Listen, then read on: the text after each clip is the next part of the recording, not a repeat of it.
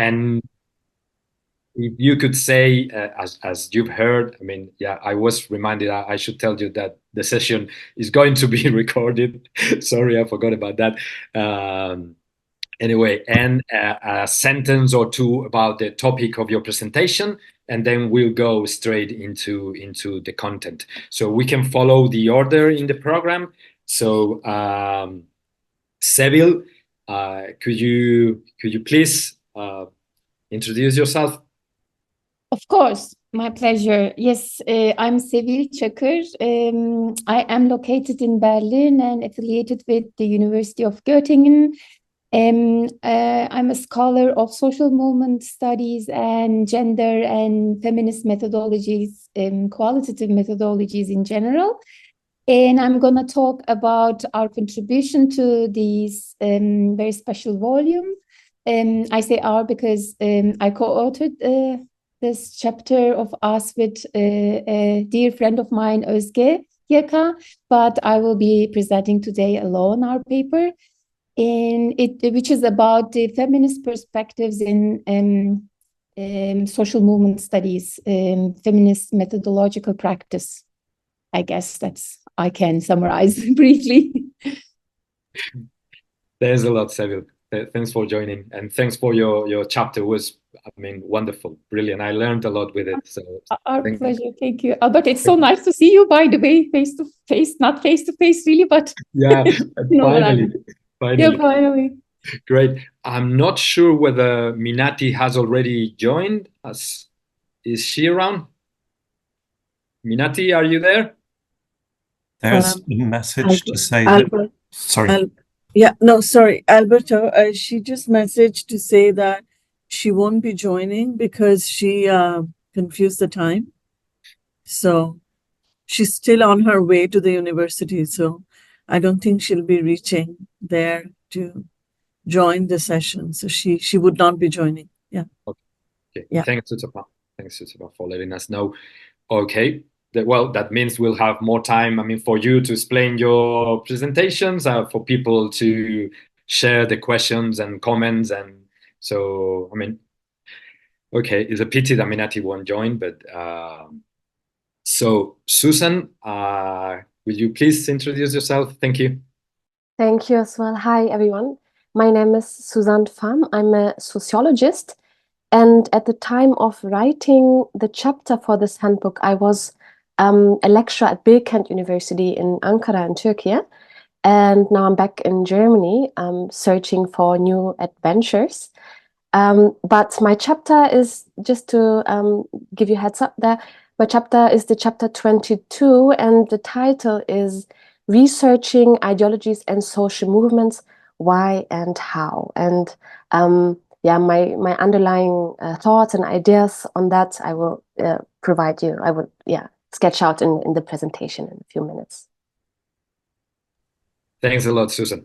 By the way, a couple of days ago, I found online your PhD thesis on cognitive resistance in Vietnam, and I loved it. Wonderful. Yeah, I'm going to use your work for future projects. Thank you. And now, Ayse, will you please introduce yourself? Thank you. Hi, everyone. My name is Ayse. I'm currently based in the UK. I'm a lecturer in the Department of Law and Criminology at Sheffield Hallam University. I consider myself a scholar activist. I work on unjust energy transitions, mostly focused on Turkey at the moment.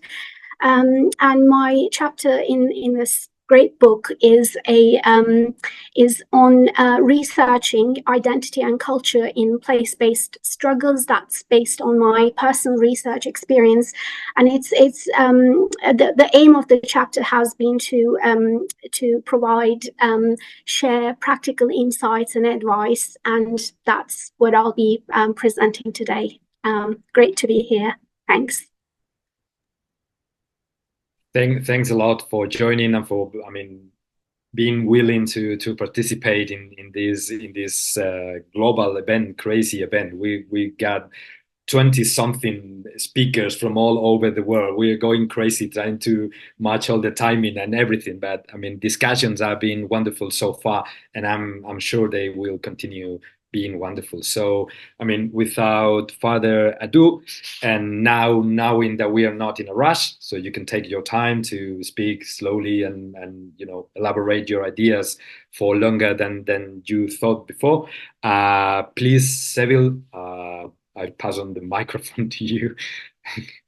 All right. Yes, I knew that I will go first, so I'm ready. But I will try to be brief, and maybe in the Q&A session I can delve into the details of our discussion and suggestions, so to speak. I would like to start to express, first of all, of course, my gratitude to the editors of this volume, Alberto, Anna, Sutapa, and Lawrence, for putting together such an amazing work with a spirit of camaraderie, collaboration, and support. This has been so important, so valuable from the beginning until the end, especially in the increasing competitive and professional culture of academia. So yeah, I really appreciate that. It was a pleasure being part of this endeavor.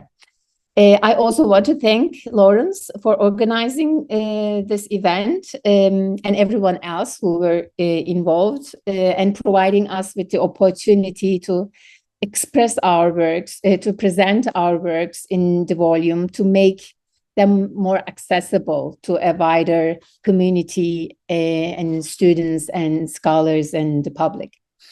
It is, of course, not easy to present a paper in 10 minutes, especially if it's a co-authored one. So I will try to just focus on the main aspects of our discussion in the paper and talk about our objectives and suggestions, so to speak, for a feminist research practice in social movement studies. I use the pronouns we and our, as I explained in the beginning, because my colleague Özge and I co-wrote this article, but I will be presenting alone today. So, as some of you know very well, feminist scholars have meticulously scrutinized various facets of social science research, from its methodological foundations to its ethical implications. They have critiqued the positivist underpinnings of traditional social science, highlighting the inherent biases of the androcentric perspective. Offering alternatives, they have advocated for a more inclusive and reflective approach, stressing the importance of gender, power dynamics, and other intersecting forms of oppression in all inquiries. Grounded in empirical data from diverse groups, including marginalized women worldwide, their work challenges the principles of objectivity and redefines the researcher-research relationship. Social movement studies, social movement scholars, on the other hand, delved into the motivations and collective actions of marginalized groups who are excluded from traditional political mechanisms. Recognizing the limitations of conventional methodologies, they adopt a critical and pragmatic approach, considering the subjective experiences and power dynamics within movements. However, despite their shared objectives, feminist perspectives remain underrepresented in social movement studies. While feminist scholars have focused actually on women's movements, broader integration between the two has been limited. Yet, we argue that feminist methodologies hold immense potential in enriching social movement studies. By exploring the gendered dynamics of movements, from organizational processes to public presentations, feminist perspectives offer a holistic understanding of social mobilization. This commitment demands a re-evaluation, actually, of research methods, emphasizing especially qualitative approaches that amplify the voices of marginalized groups. However, feminist methodology goes beyond data collection, problematizing the interpretation processes and highlighting the influence of colonial or mainstream biases. There's, of course, no single path to follow or formula for conducting feminist research. Hence, our objective in this chapter has been not to summarize the principles of feminist research and methodology, but what we actually aimed for was instead to present our own journeys of discovering, inventing, and practicing feminist approaches and methodologies, especially during our own fieldwork, stressing the diversity and unpredictability of such an endeavor. We thereby also hope to exemplify a feminist practice by shedding light on the very processes, difficulties, and positionalities involved, which are mostly left in the dark by the established ways of presenting and publishing research.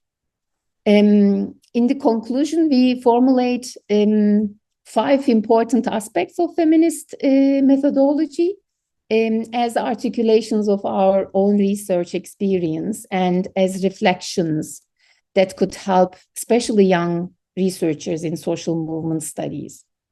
Today, I'm not going to go into the details of our case studies, but very briefly, Özge draws on the example of local environmental movements with the case of anti-hydropower struggles in Turkey, and I discuss my PhD project on the women's activism in the radical leftist organizations in Iran and Turkey during the 1970s to illustrate our experience with feminist methodologies in studying social movements.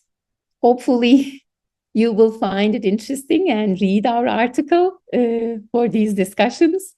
But today I won't go into the details of those case studies. Social movements are often formed to resist injustice and bring about change in society. And feminism is one such social movement. There is thus a shared commitment to social change and justice between social movement studies and feminist research. However, it is important to note that social movements sites are not immune actually to oppression of various kinds, including gendered, sexual, racial, or other forms of oppression. This is why it is essential, we argue, to have an intersectional feminist perspective that prioritizes the perspectives and experiences of all actors and activists involved in the movement organization and mobilization. Furthermore, most social movements are led by, still unfortunately, privileged men, which can create a misleading impression of the nature of the participants and the work being done. This is therefore crucial to be aware of power relations and gender dynamics at the beginning of any field work, particularly in mixed movements. Women's, feminists, and LGBTQI movements can also be prone to different forms of oppression, silencing, and discrimination. Our chapter, therefore, aims to demonstrate what a feminist perspective looks like in social movement research practice based on our respective research projects. Our research illustrates that gender operates in various areas and processes of movement organization, such as radicalization in my case, and framing in Özge's case study. our research experiences finally, this is the final part of my presentation, helped us develop our own feminist approach. And we suggest 5 proposals, one can, I guess, put it that way, for especially young or junior social movement researchers and scholars. First one is, I will be very brief, but of course they are more detailed in the paper.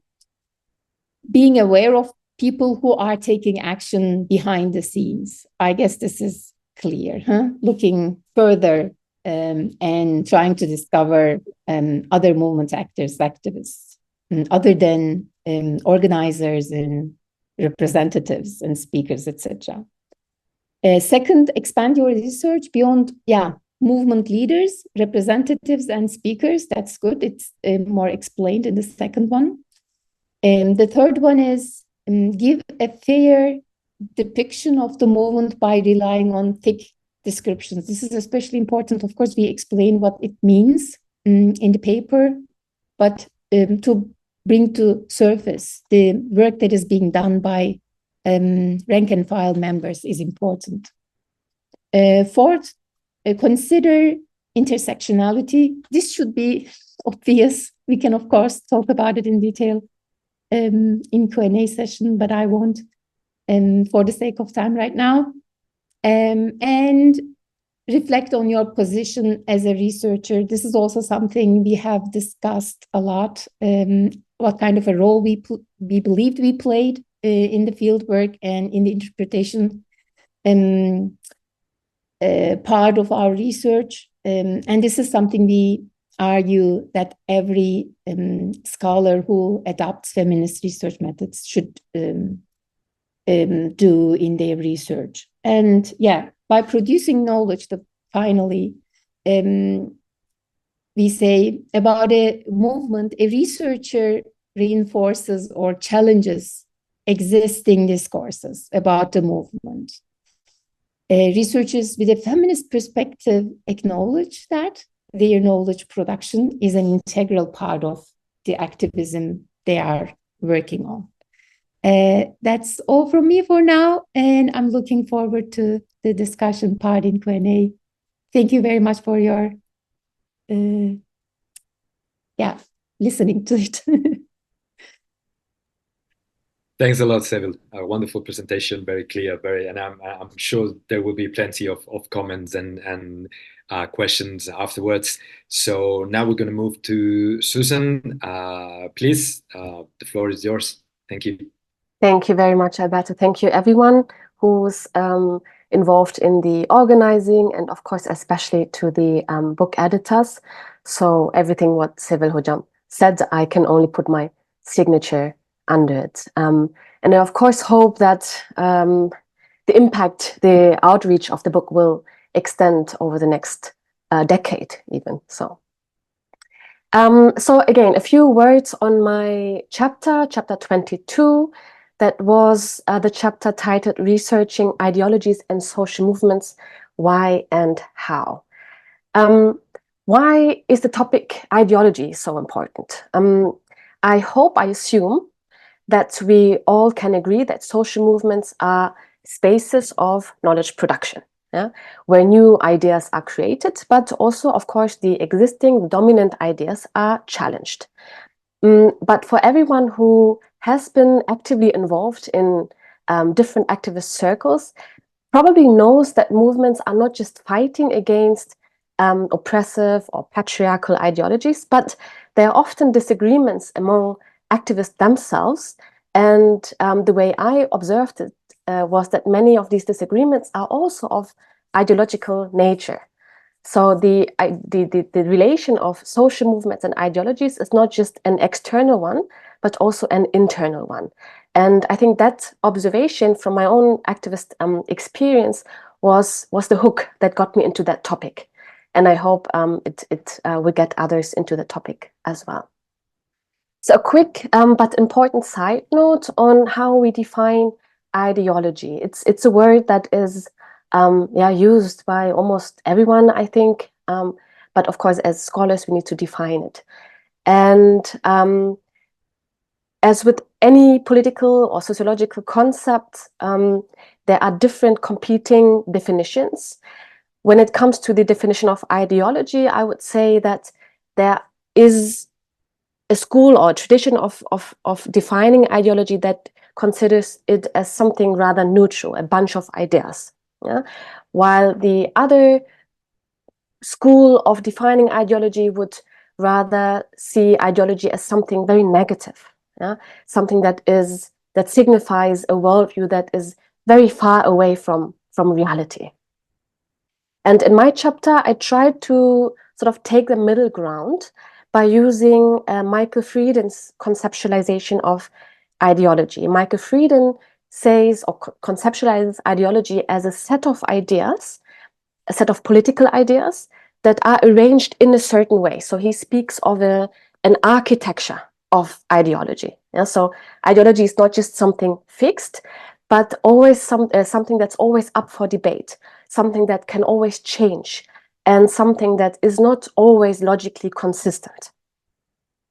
But regardless of the details of the definition, I always kept in mind that ideologies provide a worldview that help us to make sense of the world, whatever ideology that is. But when we look through an ideological lens, it, in a sort of neutral, more or less neutral way, helps us to make sense of what we are observing or what we are experiencing and what we are supposed to do as well. And then when we take up Marxist or Gramscian ideas, ideology formation has a lot to do with power relations. Yeah? So who has the power, who doesn't have the power? That's just to add into it. There are more details on that in the chapter.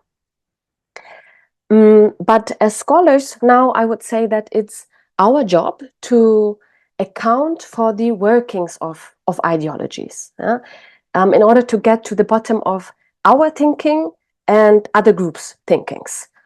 And not only that, but by analyzing why and how ideologies work, we can also get closer to an understanding of how certain ideologies motivate us to act in a certain way. So whether we choose to demonstrate or occupy or use non-violent means of protest or use violent means of protest, and also why sometimes our motivations change as a result of our actions, would also be potentially understood by looking or by emphasizing the workings of ideology. So, for example, we still lack in our understanding of why or under what conditions we become, for example, more liberal or more radical, or sometimes we become more democratic or more authoritarian. If you might have seen this within your activist groups as well, that certain groups or certain members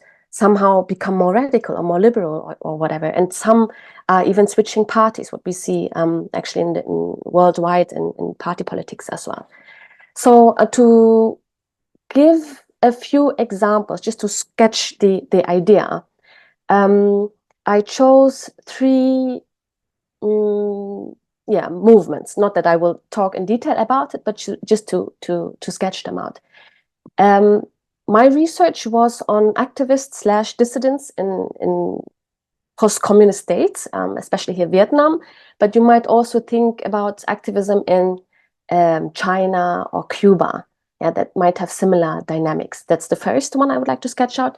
The second movement or sort of movement we can talk about is left conservatism. That's something that's emerging now, especially in European context.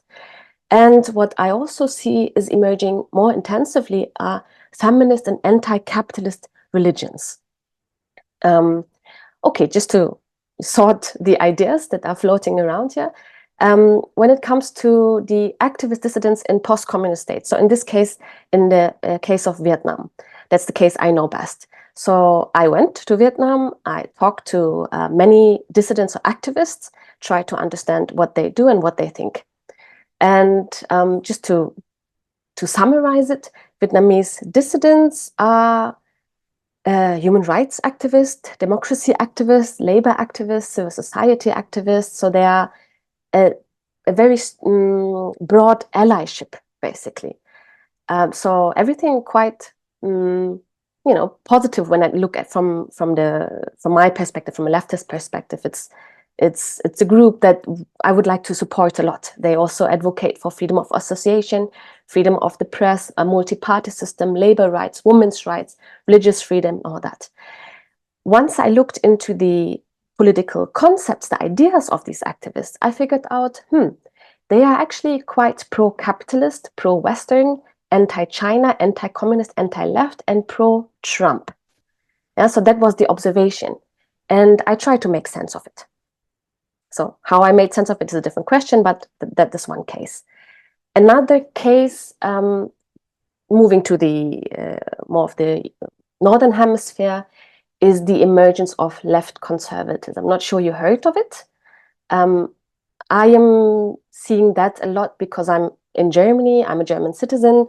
So what we are discussing in Germany a lot, or being alerted about, is the phenomenon that former party members of Die Linke, the left opposition in Germany, is now creating a new party that identifies itself as cultural, as left conservatism, combining cultural conservatism with left-wing workers' politics. Meaning that in this new party, they are opposing, for example, public spending on environmental protection. They are opposing support for minority groups, including migrants, LGBTQ, indigenous. They oppose immigration to the EU, but at the same time, they advocate for higher taxes on the rich. They advocate for more support for workers, and they advocate for a better welfare system. So a very odd combination of cultural conservatism and left-wing politics. And as a last, a third movement that I would like to put into this space is the emergence of feminist and anti-capitalist religions. So we see growing voices, movements of anti-capitalist Muslims, feminist Christians, feminist Hindus, queer Christians, queer Muslims. So we see all of that actually happening for the last few years, but I think now it's becoming more visible. So those are also movements that not just counter patriarchal and oppressive interpretations of religion, but reinterpret them from within, from a feminist and anti-capitalist perspective. So in a way, all these three movements or examples of movements sort of blur the lines between these traditional political positions that we use to make sense of the political spectrum, right? So all of these are somehow blurring and combining secular leftist components with, we might say, more conservative elements. Very interesting phenomenon I see at the moment. But these three examples, I hope, help to sketch out the vastness of this field and how ideologies are actually surrounding us in a very delicate way, without us always understanding that we interact with religions, with ideologies, sorry. Okay, and the second part of my chapter deals with the how question. So in the first part, I talk about why ideologies should be studied more. And in the second part, I enter the space of, or the question of how to study ideologies. So for today, I would say a roadmap is to read Antonio Gramsci's work first, remind ourselves on the concept of common sense and hegemony. Then I would suggest to read Michael Frieden's work on the morphology of ideology. It's very, it was very enlightening to me because he really proposes a very straightforward understanding of an architecture of ideologies, how they are constructed. And then perhaps if you still like to read my chapter, because that includes 4 steps to deal with the how question. Yeah, so the 4 steps that I am talking about in the chapter include context analysis, political actor analysis, political practice analysis, and only then we can talk about the political ideas or political concept analysis, which would delve into the ideology part. Methodology-wise, just to squeeze this in, I would recommend ethnographic research.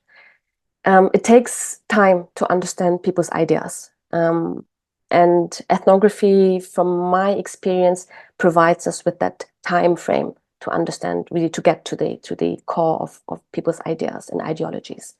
So this would include observing groups, talking to people, talking to groups repeatedly, studying documents such as their self-descriptions, studying public statements of movements and how they perhaps have changed.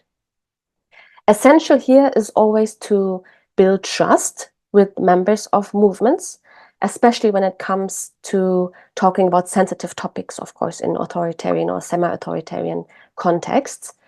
And it's also crucial to understand the historical context in order to understand the common sense that is given in a part of a given society. Many countries have a vast colonial history, and this is still reflected in the common sense of a given society. Yeah? So this needs to be done to help us to understand why movements pop up. Okay, just to go very briefly through the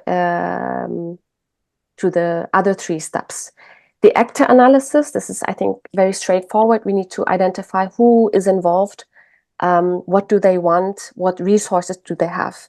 And also, I would recommend going a bit into the biographies of key social movement actors, because their biographies actually not just shape their ideas, but also shape their actions. Yeah? And activists, we will realize that activists are not just dealing with ideologies in the sense of fighting against them, but they are at times also going along with ideologies. And they're not just counter-hegemonic, they're sometimes also going along with them. The third step, the political practice analysis, here also very straightforward. We would look at what movements do, yeah? From big protests to quieter or hidden everyday life forms of resistance. There's a lot going on there. If we can map them out, if we can understand how they organize, how they communicate, and how they spread their ideas, that helps us also to understand how they want to challenge the status quo, but it will also help us to understand, to contextualize the next step, which includes the political ideas. Yeah. Okay, so the last step, the political concept or political idea analysis.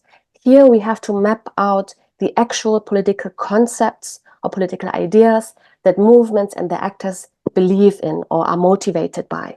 Yeah, what are they fighting against? What are they fighting for? What do they want instead of what they have or society has?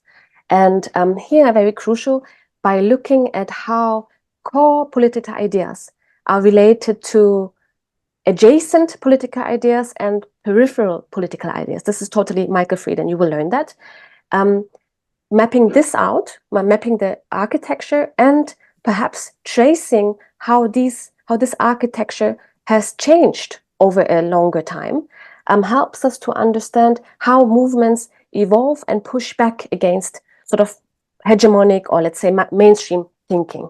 And just the last sentence, this helped me to really have more empathy, better understanding with political actors in Vietnam, especially, although I didn't fully agree with them. Of course, I don't agree with pro-capitalist and Trumpist policies, but this way I was able to have a better understanding and more sympathy to that evolution of thought. Yeah? Okay, so in a nutshell, my chapter stresses the importance of focusing on ideologies, how ideologies change, and how movements interact with ideologies in order to understand how movements work and how they can bring about change. Yes, thank you very much. Thanks a lot, Susann. Wonderful, very thought-provoking. There will be plenty of questions and comments afterwards. Now it's your turn, Ayse. Please go ahead. Thank you. Hi again, everyone. Thanks a lot to the editors for this opportunity, and it was great listening to Sevil and Susann's presentations. I can see the connections, and it's really exciting, and that's the whole idea, isn't it? So I'll be talking about researching identity and culture in place-based struggles. That's the title of my chapter, and I will be mostly talking about the how part, and rather than the actual data and the findings of my research. That's the basis of this chapter. So my starting point for this paper has been that in the past years, there's been a growing interest in the role of agency and subjectivity in social movements, with particular attention to identity and culture, but the methodological aspects of these studies, of these issues, have been relatively less discussed. So in the chapter, I aimed to look into how to study identity and culture in social movements from a practical research perspective. Obviously, social movements are diverse in terms of their goals, and here I focus on specifically place-based socio-environmental struggles, which is my area of study. The structure of the chapter is quite straightforward. I start with a discussion of identity, culture, and spatiality in the social movements literature. I then look into various aspects of qualitative research design. I'm a qualitative researcher, and data collection, qualitative research design and data collection, such as case selection, sampling, issues around access and reflexivity, and finally data analysis. One thing to stress is that my reflections in the chapter are based on my own experience of undertaking a fieldwork-based study of 3 grassroots movements resisting the hydropower projects in their communities in Turkey. And rather than providing textbook descriptions, which is really everywhere, the aim is to share practical insights and advice coming out of my personal research experience for anyone who might be interested in doing a similar research. So today I will highlight a number of key points from the paper, which are obviously discussed in much more detail there. First, on the relationship between identity, culture, and spatiality. So there is widespread agreement in the social movements literature that collective action is pretty much contingent on the construction of a collective identity as a shared definition of a movement. One key question in this context is then the interaction between collective identity and personal and social identities of individual activists, such as class, race, gender, or their place-based identities. With respect to culture, it covers identities as well as meanings, values, emotions, memories, rituals, symbols, and so forth. And we can talk about both movement cultures and culture as the wider formative context within which movements emerge. It's important to say that movement identities and cultures are dynamic and interactional. They're also constantly being shaped and reshaped, so the activists learn and movements evolve. And finally, all movements are socio-spatially constituted. What this means is place shapes movements, collective identities, and cultures. This is particularly so in place-based struggles. These are movements where contention and claims center around a particular place, which is perceived as significant for the needs, priorities, and even imaginaries of, and perhaps more so for the imaginaries of the activists. And this was the case in the movements that I studied, movements that resisted hydropower projects in their communities due to the dispossession and displacement that these projects caused. And finally, to say that place-based struggles strongly draw on pre-existing identities and place attachments. At the same time, they reconstruct and revitalize these identities around the movement's place-oriented goals. So when setting the research agenda and identifying research questions, it's important to take into account all these interactions at different levels, for instance, between collective identity and pre-existing identities, collective identity of the movement and pre-existing identities of the activists, and probe into them in the interviews, as well as to try to capture the changing developmental character of movement identity and culture in the course of struggle. The research may examine a single movement or multiple similar movements. I had 3 cases. So there needs to be a strategy for case selection if you have multiple cases. My strategy was to focus on struggles that were located within the same geographic region, but that differed in terms of their socio-cultural context. As each place had similar physical landscape features, I thought that this would allow me to engage in a socio-cultural comparison, which I was able to engage with. So you need to have some kind of a strategy for selecting cases if you have multiple cases. In fieldwork, for place-based struggles, the field is obviously the contested locality. It may be a town, it may be a village, a certain landscape, but sometimes organizing itself may be multi-spatial. So it's important to be prepared to extend your study to other places, such as neighboring towns or cities in place-based struggles. When choosing who to talk to in the field, a lot of qualitative researchers use snowball sampling, where each contact leads the researcher to the other. This works well in place-based struggles in places where there are dense social networks, such as small towns, and where large sections of the community are involved in mobilization.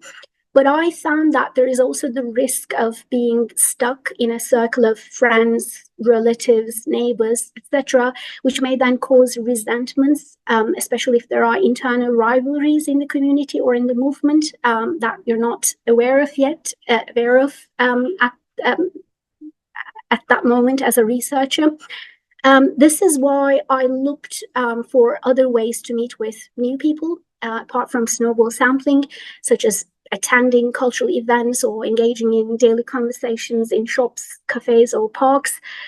This also helped me to meet those who don't support the movement or remain on the margins of the movement for some reason. Because a major pitfall is to assume that the entire community supports the movement and for the same reasons. But that's not the case always. So it's important to carefully consider how the research design will capture any dissenting voices or silenced narratives, as well as the tensions and negotiations in the making of the movement. I also found that a preliminary documentary research on political and cultural traditions in the area, any fault lines or past or ongoing contention or mobilization in the area is quite useful in deciding what broader lines of inquiry to pursue in the research. One other point is in place-based struggles, when mobilization is at the community level, the line separating activism and daily routines is less clear. This is why, in addition to attending activists' formal meetings to discuss strategy, I found it really helpful to immerse myself in everyday life of the community. So attending weddings and funerals, just making small talk in farmers market, etc. Many interviews also took place outdoors, such as while walking by the contested river.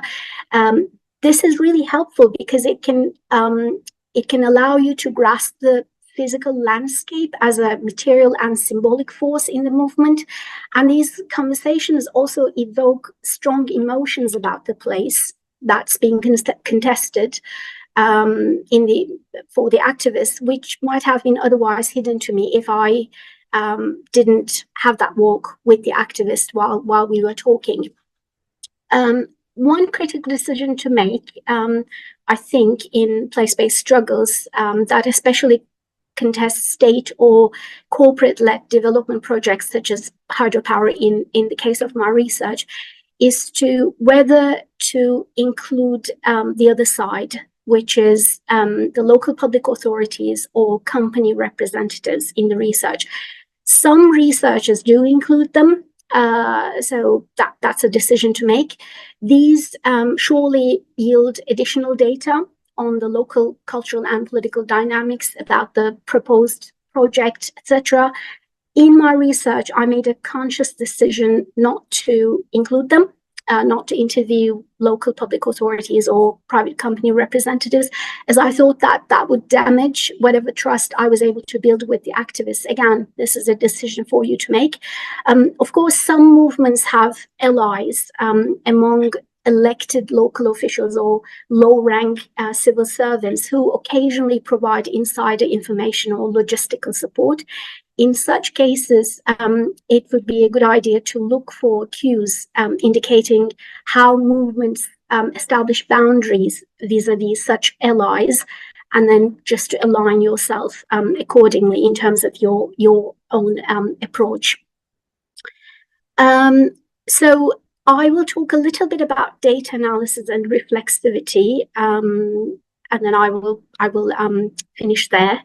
In terms of data analysis, I avoided relying too much on coding. That's quite a widespread way of dealing with qualitative data. A lot of people also use coding software. So I didn't use coding software, and I, again, avoided relying too much on coding, as I think that it involves fragmentation of the data, and also it makes the researcher more attuned to what is said rather than what's not, and finding similarities rather than noticing contradictions. And I think the latter is important in capturing the oppositional, heterogeneous, negotiated, and developmental character of movement identities and cultures. And I didn't want to miss them by relying on coding. Instead, I listened to the interview recordings over and over to remember, rethink, and reinterpret the emotional context of the entire interview. I could also be able to see the pauses, hear the pauses or incomplete sentences, rather than solely relying on the interview's transcribed textual forms, which is the case when you do coding. I also kept my original scribbles, the kind of scribbles that you have when you keep field notes, which might include single words or doodles sometimes. And I kept them and I returned to them in order to reflect on my initial ideas, feelings, and mental associations when I was listening to the activist or when I was exploring the landscape. So that was my approach to data analysis. And finally, on my approach to reflexivity, I acknowledge the situatedness of academic or any other knowledge. I think it's also important to be aware of what Milucci calls the limited rationality of both the researchers and the movements. Still, I think that movements should be recognized as knowledge-producing subjects rather than objects of academic study. And I think that researchers, as part of their research, can help movements to develop their capacity to learn. And this is, again, something I learned by reading Milucci.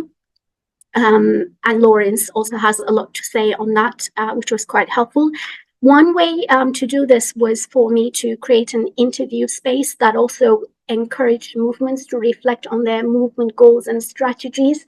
So that was part of what I did in the interviews, or tried to do. I also finally shared what I learned in the study of each of the three movements with others, so that I would be able to create opportunities for increasing dialogue between different struggles with similar goals or strategies. So that was also one of the things that I was able to do through my research. So I'll stop here, and thanks for listening, and happy to hear comments and questions. Thanks so much, Ayse. That was wonderful as well. Very, very rich presentations. So let us now open the floor for questions, comments. Whoever wants to ask questions, just please raise the hand, and we'll get 2-3 questions together, and then the speakers will reply. So please don't be shy, and let us know what you think about the presentations. Hi, am I audible? Yeah, please go ahead. Thank you. Hi, so it's Prashita here. The presentations were really wonderful. I've been having a tough time trying to figure out how I could go about researching social movements in India, particularly when it comes to anti-caste and resistance music. You know, it's a whole social movement on its own. So I was wondering how one could go about mapping it, but more so, I've always had a tough time figuring out where in academia I could approach, what department, because I understand this is a very intersectional, very interdepartmental endeavor to try out. So yeah, that's my question. Thank you. Thanks a lot. Thanks a lot. Let us wait to see if there are any other questions or comments before passing the words to the speakers.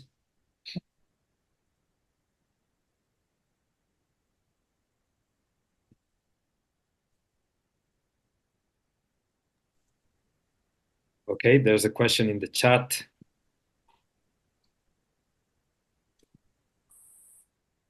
My question is to Sargin, is how did they define collective identity based on being inhabitants of the same place or taking action in the same struggle? Okay, now let's wait maybe for a third one, and then we'll... Maybe just one quick question.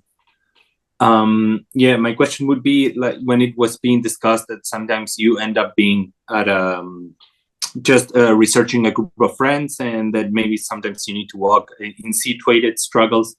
I can imagine that, but often when it's a situated struggle, that it's often happens a little bit more in the underground, and it's a little bit harder maybe to find the other people involved in the struggle, and you always end up in a little bubble that it can be quite big, but still it's a little bubble because it's just everything word of mouth or finding yourself in the same place. And yeah, maybe if you have some suggestions on how to break that bubble.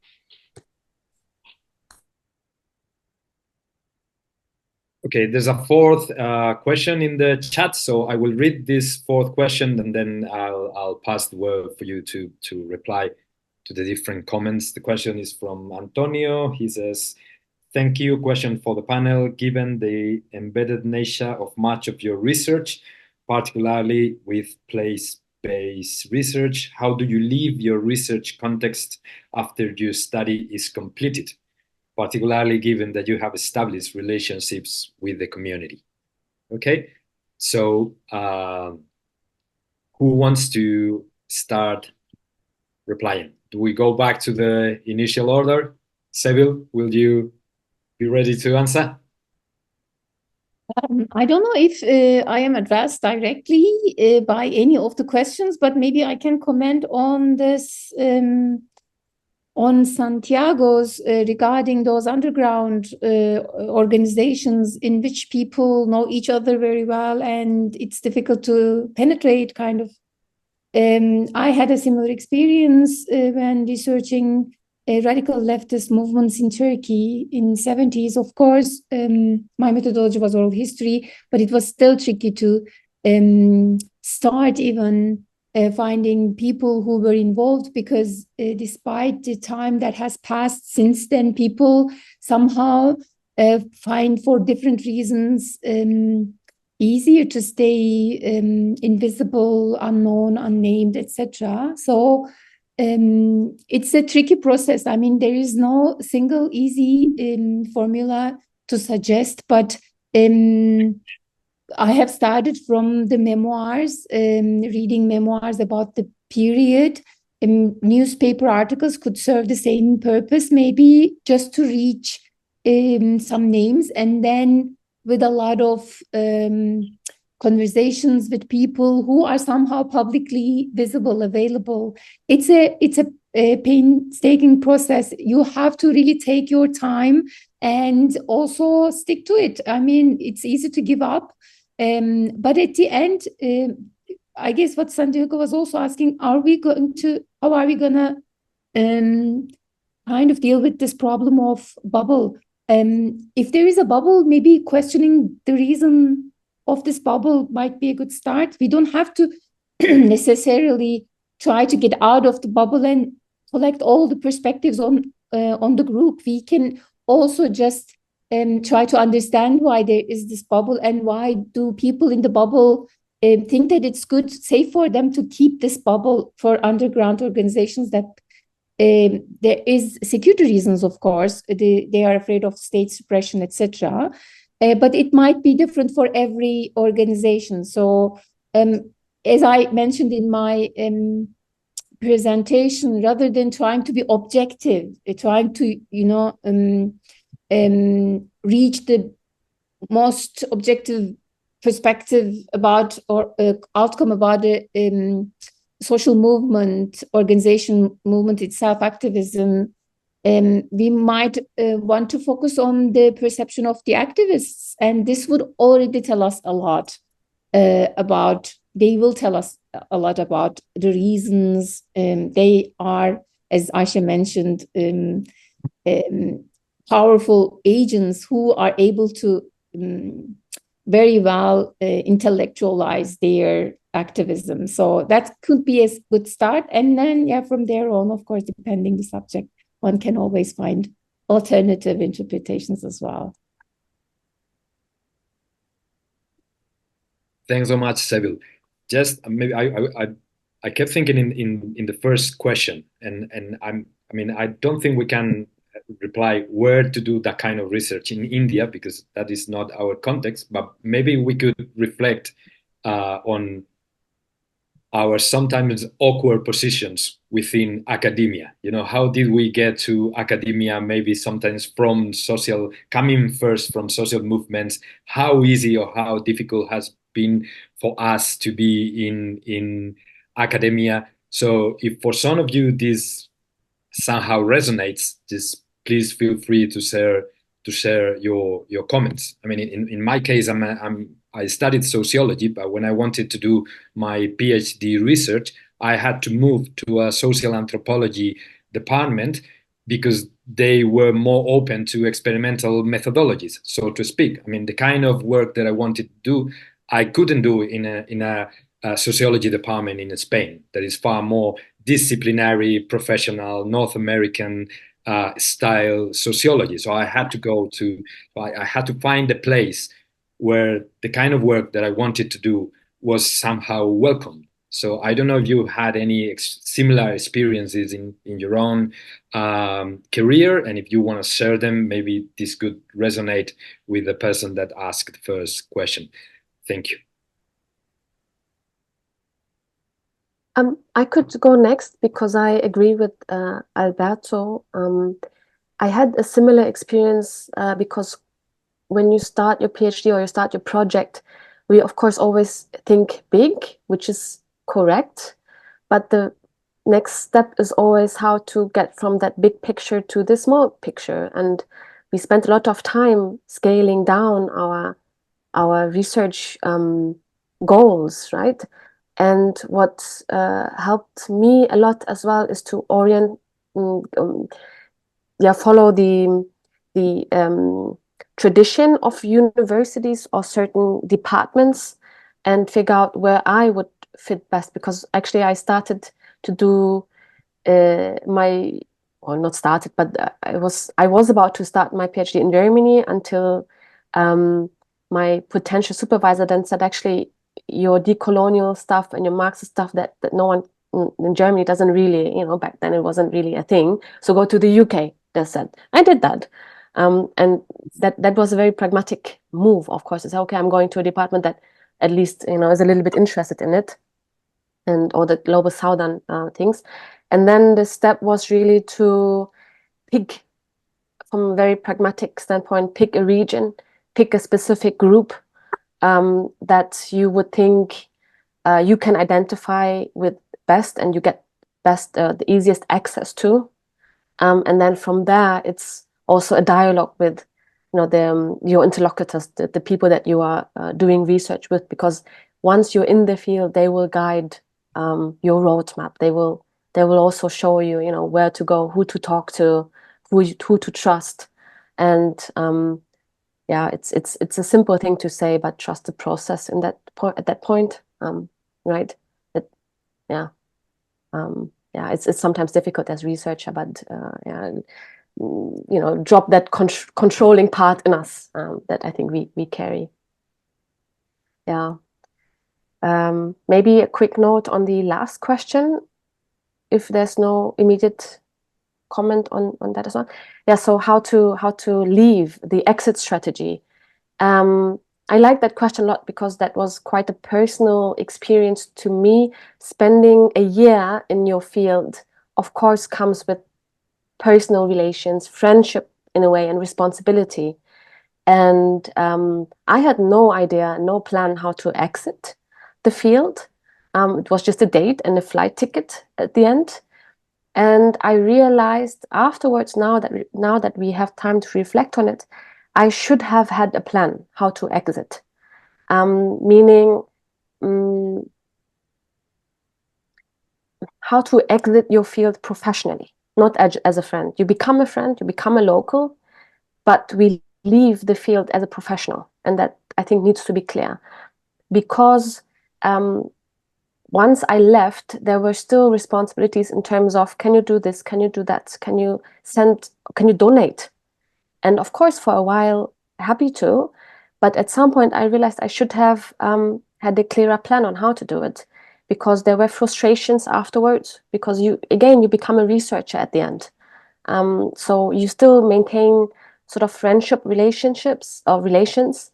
But of course, you can't maintain them in the way you did while you are in the field. And I think that needs to be communicated better, that needs to be organized better, so we don't disappoint the activists that we've been working with, right? Because they sort of rely on our voices as well, especially in authoritarian or semi-authoritarian context. A researcher becomes a voice of the movement. So how much, how much responsibility can we carry out, or how many tasks can we carry out once we are entering a different phase of our research? That's that. Thanks a lot, Susann. So Ayse, some of the questions were directly linked to your presentation, so please go ahead.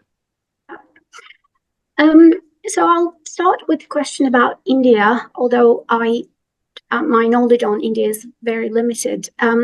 I just want to make a general comment that one way to start researching a movement, at least in my case, has been to look into what the activists are saying. So they tend to talk to the media. They produce documents, brochures, and things like that. They tend to be active in social media. May not always be the case, but they do. They have groups. They say things. So I realized that it was a good practice for me to start with what the activists are saying about the movement, about the issue themselves, rather than starting with the academic literature on the movement or on the issue. So that sort of helped me, and it might help others. So I just wanted to share that. And for me, looking at the academic literature came the second. I started with what actually the activists are saying, how they're expressing themselves, how they see themselves, and how they represent the issue in their own voices. So that might be one way of starting researching a movement. So in relation to the last question, I may not be the best person to answer that about exiting the field, because I never exited the field, and I was not professional about it either. So that's probably because I consider myself a scholar activist. I'm from Turkey. I support the movements, I support their causes, and I consider myself an activist in not necessarily the movements that I research, because they are place-based local movements, but the general cause, in general. So I didn't really leave them. I'm still in contact with them, and this is quite difficult because when you write methodology sections of your articles, what to say? Like I did these number of interviews in these years, and then I find myself saying, I'm still in contact with the activists through social media and sporadically and things like that, because it didn't finish for me, because the movements continue and I'm still following them and I'm still engaged with them. That's that in relation to exiting. In relation to your own relationship as a person to the movements and activists, obviously they know that I'm not from that area and I will, physically leave. I'm not living there. I'm not affected by the issue directly myself. And I'm someone researching. So yeah, it's not the same. So I make it clear that my position is one of solidarity, and well, some of them tend to or may see you as their voice, but I try to avoid that. So I do my best to communicate that that's not the case. I'm here to research, and if this research provides a channel for letting others know about the movement, that's a good thing. But it is, after all, just the research. They are the ones who lead the movement, and I'm an outsider at the end of the day.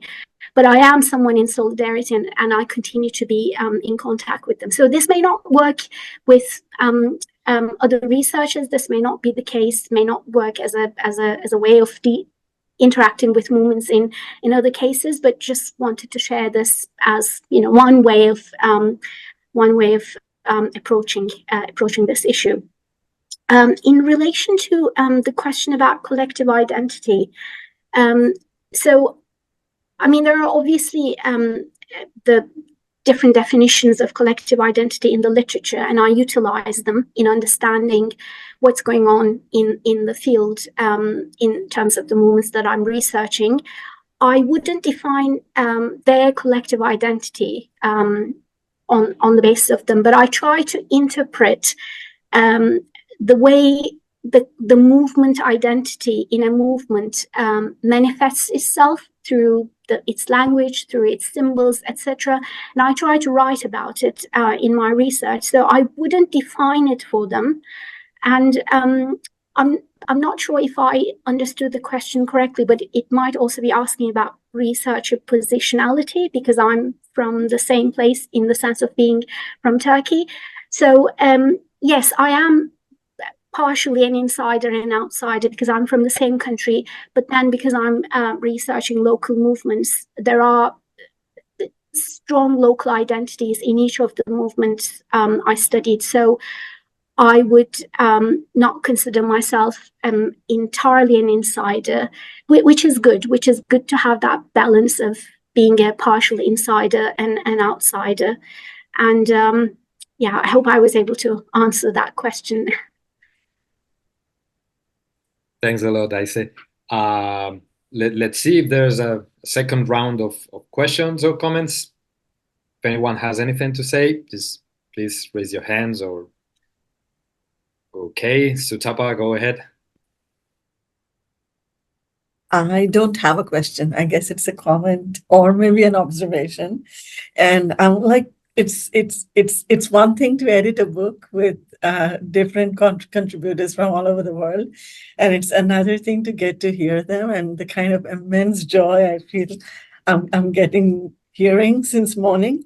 And there is this kind of remarkable similarities across the thought processes that has gone into doing research in movements. And also, like with me, it was like I didn't even know that I was researching movements till I was deep into it.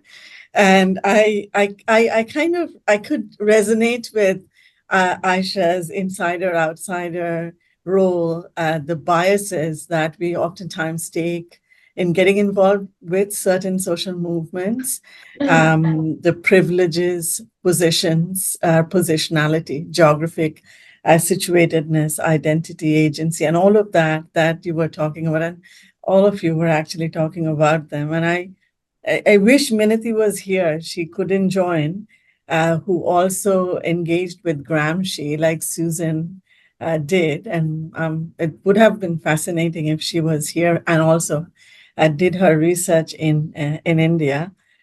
So yeah, that's all. Like I just kind of I'm enjoying the session a lot, and it was great hearing all of you. So yeah.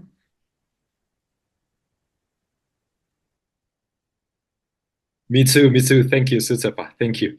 Sevil, you want to say something? Please go ahead. Yeah. There is no question maybe in the meantime. Thank you, Stapa, for the comment. That's exactly what I was wondering. I mean, you are the editors. Of course, you have a better view of all the contributors, but how they, I don't know how you picked them all, but that was my impression too. Like, how come we are all, it sounds like we are speaking all the same language and have similar interests and objectives and etc.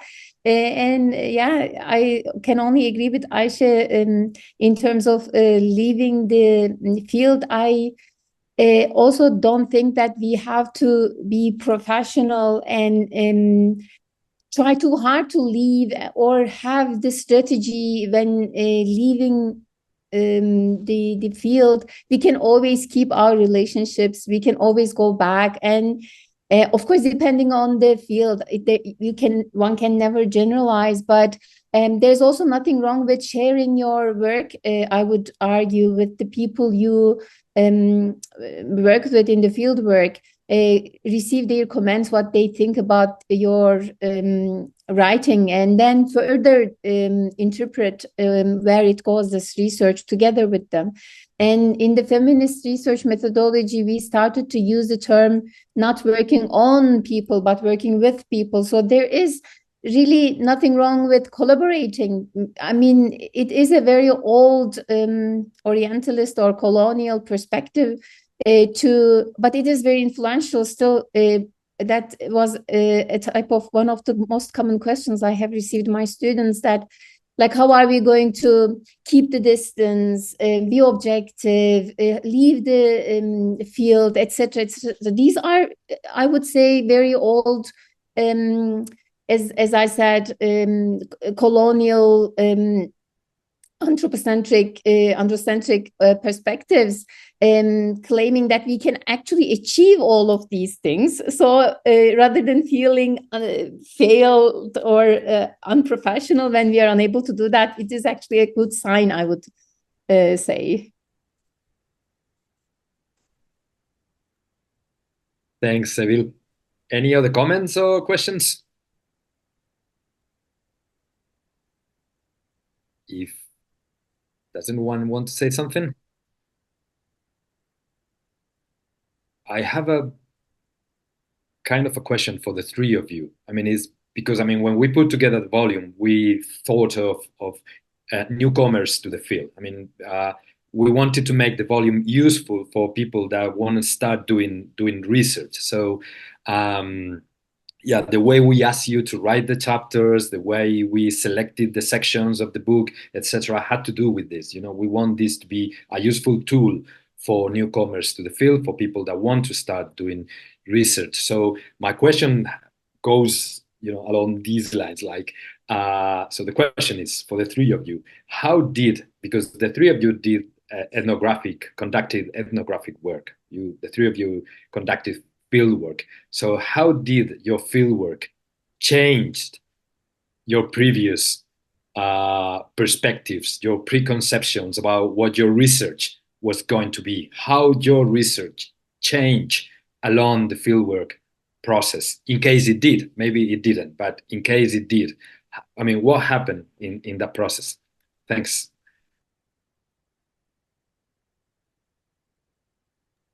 Oh, should I start again? I forgot to lower my hand anyway. Thank you, Alberto. This is an important question, and we kind of try to address this in the chapter as well. But it's not a very easy one to answer, because it kind of like it affects the whole process. You might end up changing even the topic and the content of your PhD research, a huge project, right? This happened to me too. I guess it happens to every researcher who goes to the field with an open mind. But especially if you conduct a long ethnographic research, you change, the topic changes, and it's a wonderful process. I enjoyed it a lot. I mentioned that I didn't know, for example, that I had feminist concerns when starting the research. And I was still afraid after even submitting the whole manuscript to call my research a feminist one. It took me a long time to encourage to be able to say that. And my teaching experience helped me a lot in that sense. The way my fieldwork experience affected my study was talking to women, actually, women activists, revolutionary women, who were very much knowledgeable and like aware of what they were doing. I was also very naively, as a new PhD student, was expecting to study them and interpret their experience. And they were the one teaching me, actually, how their experiences, what they have learned themselves from those experiences, and like how they affected their life right now. And then thanks to them, I redesigned my research, because I have seen that, like I knew from the beginning that the leftist discourse left women's activism outside of the historiography of the left, but I didn't really know the extent of their activism, how much they were involved, how much not only involved, actually they directed the movement, they organized, mobilized the masses, whereas men, very traditionally, it's maybe not anymore the case, but thanks to their reflections, their writings, and their struggle, this is not anymore the case. But at the time, in the 70s, 80s, but also in some parts of the world, it's still the case, including Northern Europe, by the way. But it's another discussion. Long story short, they knew very well what they were doing, what they were capable of doing. And after learning from them what kind of a role they played, how the whole meso and macro level mechanisms affected their life, I was able to kind of even formulate my whole theory at the end, and reach to, very luckily, an unprecedented approach to micro-mobilization, gender aspect of radicalization. And yeah, rather than me, I would say they played the biggest role in that discovery.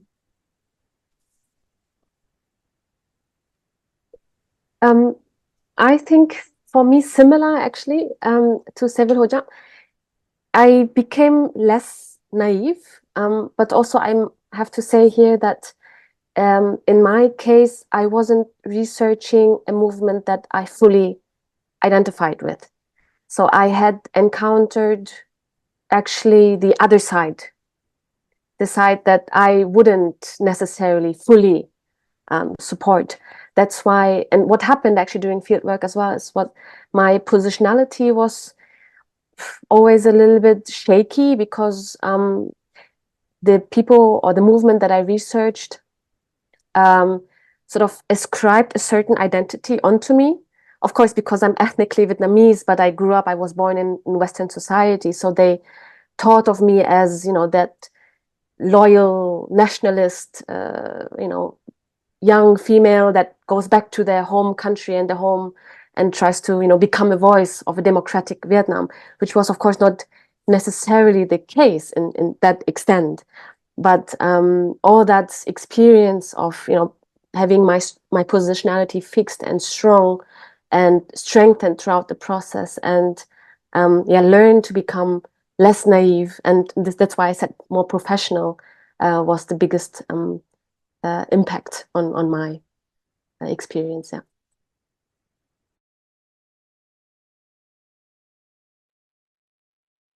Yeah, Sevil and Susann, just, they were brilliant. I'll just say a couple of things to add to that. Not much to add, but one thing is ethnography is messy, and I agree with all these things about, changing your course slightly or even at a greater scale after you start when you're in the field. So that also happened to me.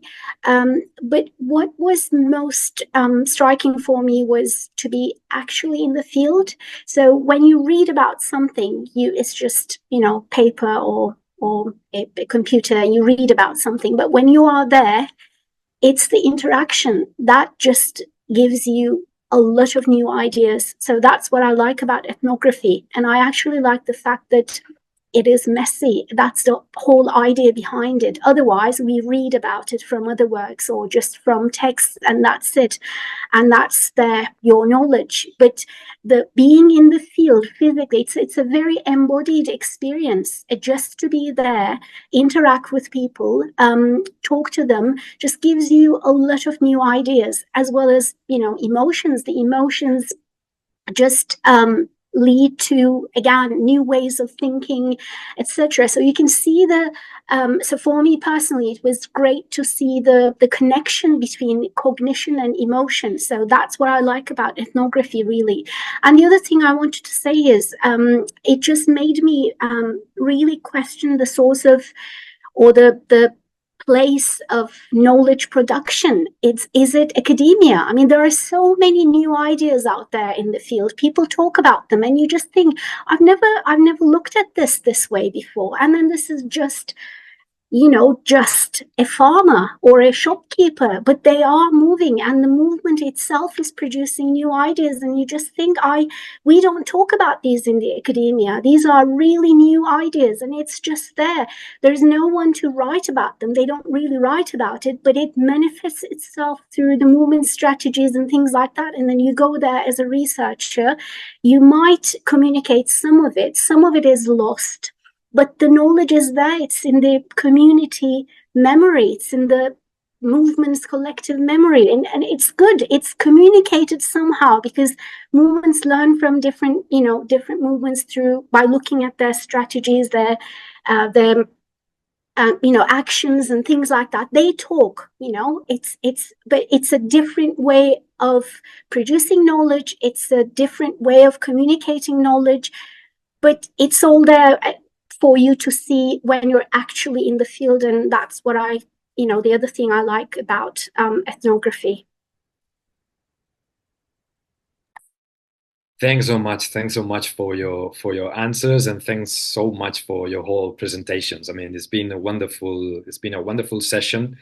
I'm afraid we have to finish now, but it's been great. We could keep talking and talking and talking and learning with you. So, I mean, thank you, Sevil. Thank you, Susann. Thank you, Ayse, for your time, for your knowledge, for your wisdom that you've shared with us. And I hope we will keep collaborating in the future. and learning together. And thanks so much for the discussion and the conversation. Thank you. Thank you. Thanks a lot to you. Thanks, everyone. Bye. Bye. Bye.